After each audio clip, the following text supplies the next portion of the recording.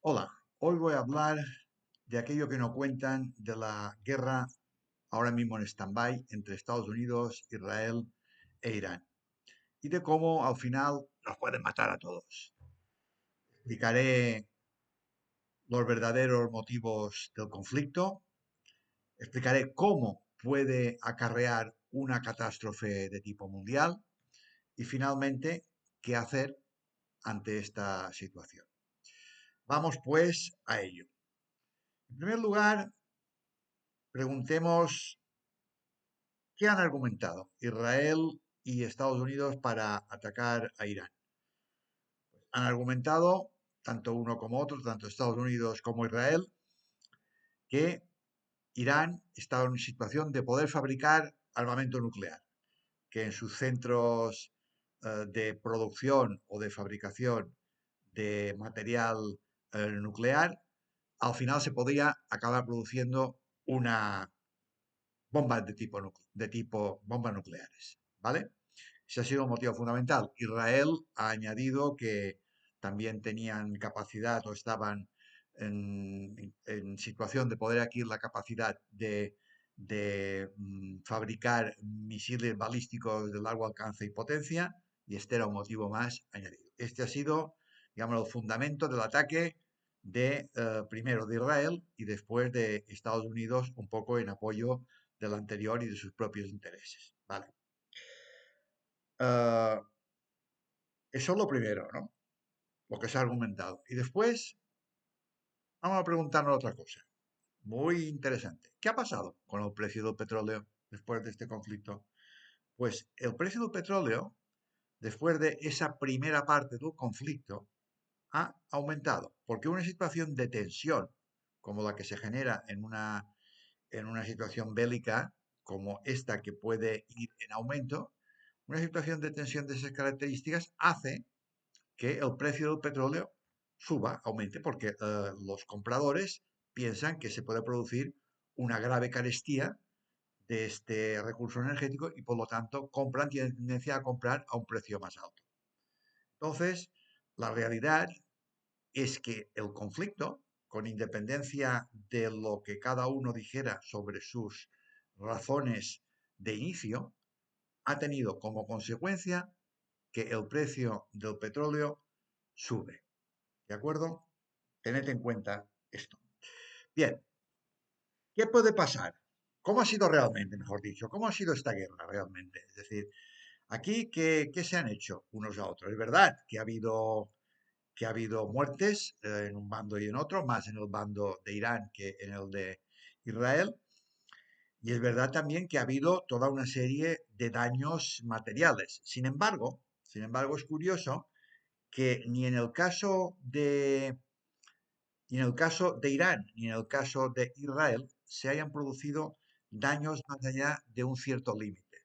Es decir, en ningún momento se han atacado ni se han destruido instalaciones de tipo hidroeléctrico, no se han destruido tampoco instalaciones petroleras y desde luego, por supuesto, no se han atacado ciudades ni núcleos poblados de manera masiva, ¿no? De manera masiva y haciendo mucho daño. Eso no se ha llegado a producir. Entonces, indica una contención muy evidente por parte de los atacantes y los que reaccionan ante los ataques. Bien, entonces podéis decir, bueno, es que esto es en los inicios de un conflicto de esa naturaleza puede ser lo esperable. Bueno, pues a veces sí y a veces no. En todo caso, aquí lo que ha sucedido es esto. ¿Y qué conclusión podemos sacar? ¿Qué conclusión podemos llegar? Pues que con independencia de los motivos que se hayan arguido, lo cierto es que al final ha habido intereses comerciales de fondo. Y que esos intereses comerciales de fondo, quizás, muy probablemente, son los que han privado, los que han tenido de alguna manera, guiado la acción de unos y otros en este conflicto. ¿Vale? Esto es para tenerlo muy en cuenta. A mí me ha resultado a lo largo de mi vida muy difícil, y explico una pequeña historia personal, creer que ante situaciones de gran importancia para todo el mundo, se pudiera estar mintiendo de manera tan flagrante. Yo pensaba, esto es imposible. Es decir, cuando hay una cuestión tan seria, la gente dice sus verdaderas razones. Y no es así. Al final he llegado a la conclusión, como habrán llegado muchos, de que esto no era así. Es decir, que justamente en las situaciones difíciles, duras, como esta que he estado explicando, es cuando más se miente y cuando muchas veces se empieza mintiendo y se acaba mintiendo. Vale, pues ya contada esta pequeña historia personal, continúo. Este conflicto, tal como lo he explicado, puede parecer que es inofensivo, porque inofensivo de manera relativa, porque muertos sí que ha habido, pero no ha sido un conflicto muy grave ni parece que vaya a ir a más. Es cierto, esto realmente, y teniendo en cuenta además que el verdadero interés de unos y otros podía ser justamente el de subir el precio del petróleo, una vez se ha conseguido, no tiene por qué suceder nada. Pues tampoco es así, exactamente, porque resulta que todos los conflictos están al final dirigidos por personas. Y las personas, pues tenemos una parte racional, pero tenemos una parte muy visceral, irracional y agresiva también. Y entonces nos podemos salir de madre muy fácilmente en cualquier momento. Y máxime en situaciones de esta naturaleza en donde impera la violencia. Y si nos salimos de madre, entonces esto evoluciona muy mal. Un conflicto inicialmente contenido, como este que he comentado, puede ir a más y puede ir involucrando a más agentes, a más países. Un ejemplo claro que puedo poner de eso es la Primera Guerra Mundial. La Primera Guerra Mundial empezó con un conflicto entre lo que era el Imperio Austrohúngaro y Serbia, algo parecido a la actual Serbia. Imaginaos Austria más grande, ¿vale? Entonces hay un conflicto a raíz de la muerte de un aristócrata asesinado de un aristócrata austríaco. Y entran en guerra los dos países. Y a partir de ahí, en un periodo de tiempo relativamente muy breve, no lo recuerdo ahora de memoria, puede que fuera un año, 28 países estaban involucrados en lo que fue la Primera Guerra Mundial, que tuvo millones y millones de muertos. Es decir, de un hecho puntual, de un conflicto entre dos, acaba involucrando a muchos países, algunos de ellos de gran potencia militar. Aquí puede pasar exactamente lo mismo. Es decir, aunque el país Irán, inicialmente atacado, es un país que se supone que puede fabricar la bomba atómica, pero no la ha fabricado, sí que puede tener potenciales aliados en un momento dado, como Rusia o como la China, que disponen sobradamente de armamento nuclear. Por lo tanto, se podría llegar a un conflicto de esa naturaleza. No nos pensemos, y eso hay que decirlo, no nos pensemos que no es posible un conflicto nuclear y que no es posible, por ejemplo, una tercera guerra mundial. Explico. Han pasado 80 años desde que acabó la Segunda Guerra Mundial. Ha habido muchas guerras, muchos conflictos, muchos tiras y aflojas militares, pero no se ha dado paso hacia el conflicto mundial, hacia el conflicto que en este caso el temor sería que fuera un conflicto de tipo nuclear, ¿no? Con todas las enormes consecuencias que esto tendría. Hubo la crisis de los misiles entre Cuba, Estados Unidos y la Unión Soviética, se pudo contener, no pasó nada. Como que no pasó nada, parece como si nunca pudiera pasar nada. Como no ha habido un conflicto mundial en 80 años, parece como si no hubiera habido un conflicto que fuera imposible.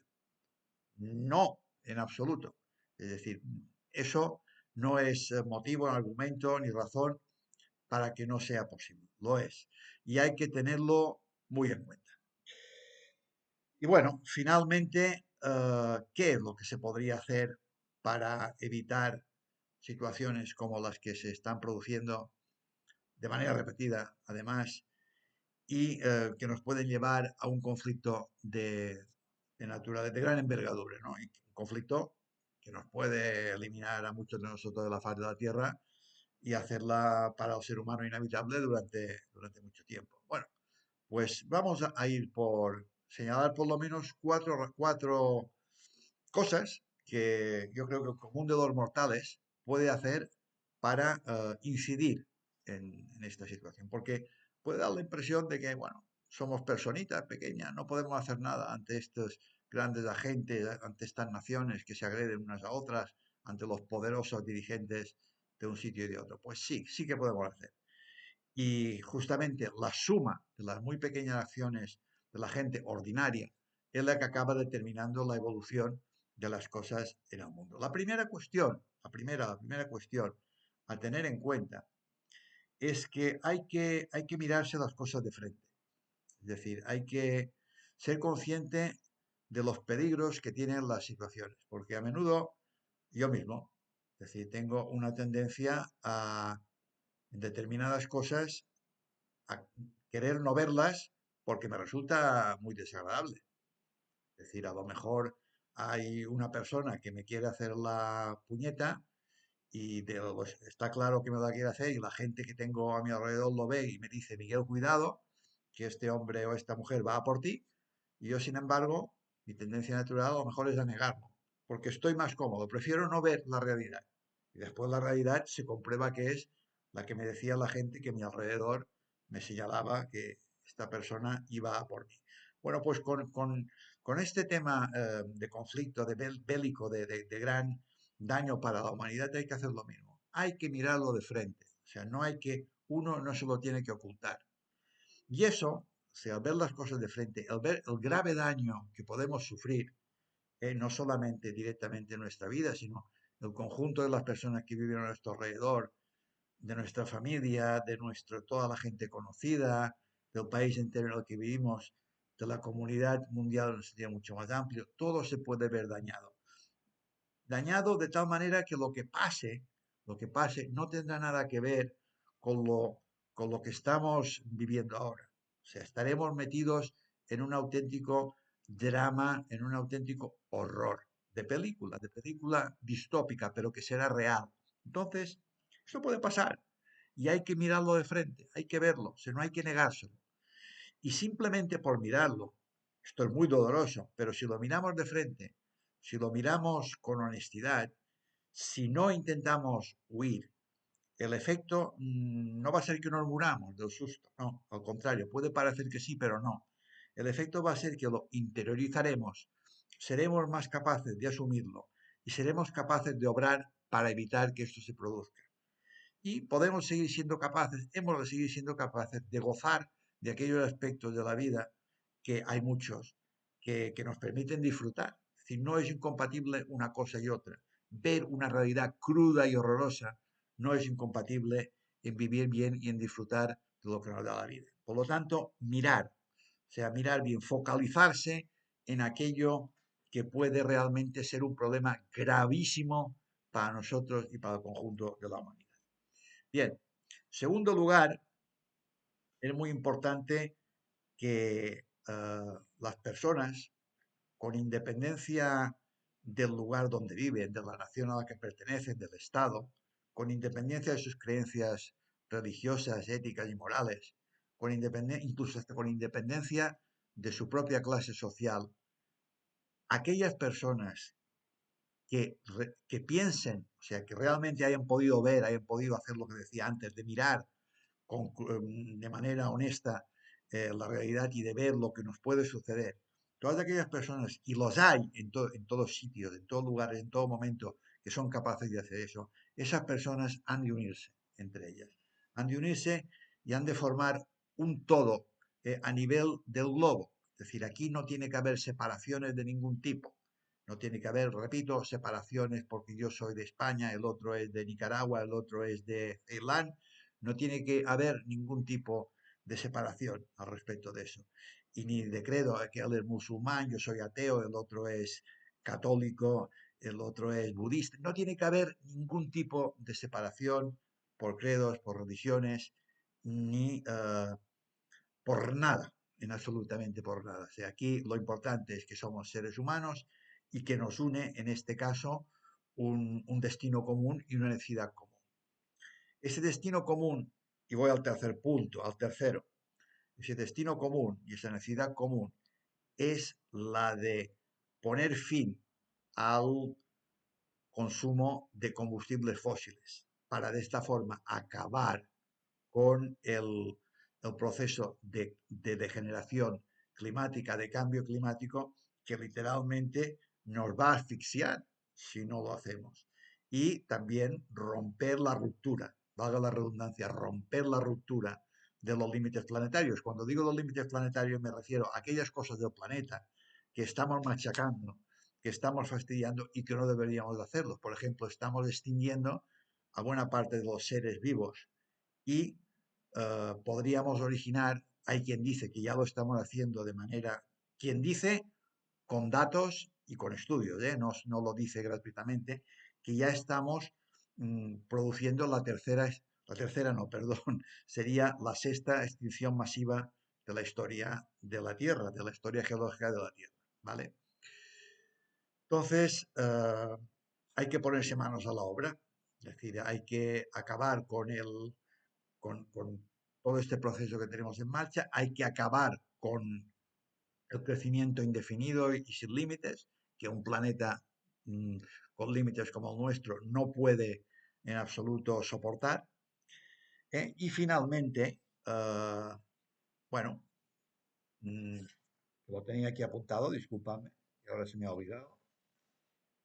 Ah, claro, sí, finalmente lo que hay que hacer es difundir al máximo todas estas ideas que acabo de expresar. Difundir, hablar, conversar, transmitir, unirse con la gente que tenemos alrededor. Hay que tener un contacto muy directo, un contacto muy humano, muy carnal, diríamos, en el sentido de que inmediato, animal, ¿no? O sea, nada de simplemente una relación virtual, como la que desgraciadamente estamos muy acostumbrados a mantener en los tiempos actuales, sino que hay que crear tejido social y real, y comunidad, para hacer todo este tipo de cosas, ¿no? Así es. Y por supuesto, con estos cuatro apuntes no he agotado ni mucho menos el problema, que es sumamente complejo. Pero por lo menos eso hay que hacer.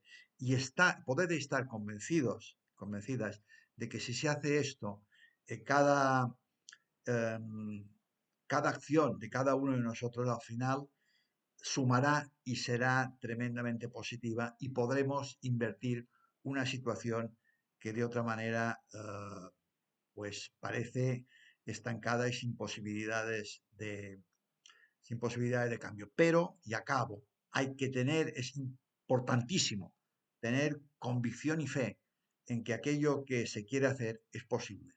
Y es la única garantía de que al final esto se produzca así. No una garantía al 100%, pero sí una garantía de que hay posibilidad amplia de conseguirlo. Y en eso estamos, y en eso espero que continuemos estando en el futuro hasta conseguir lo que nos proponemos. Bueno, pues gracias por haberme escuchado. Si os ha gustado, dadle a me gusta, dejad por favor los comentarios que se os ocurran, que serán muy útiles, y difundid al máximo este vídeo, porque puede justamente hacer que aquello que queremos sea posible. Bueno, pues hasta la próxima.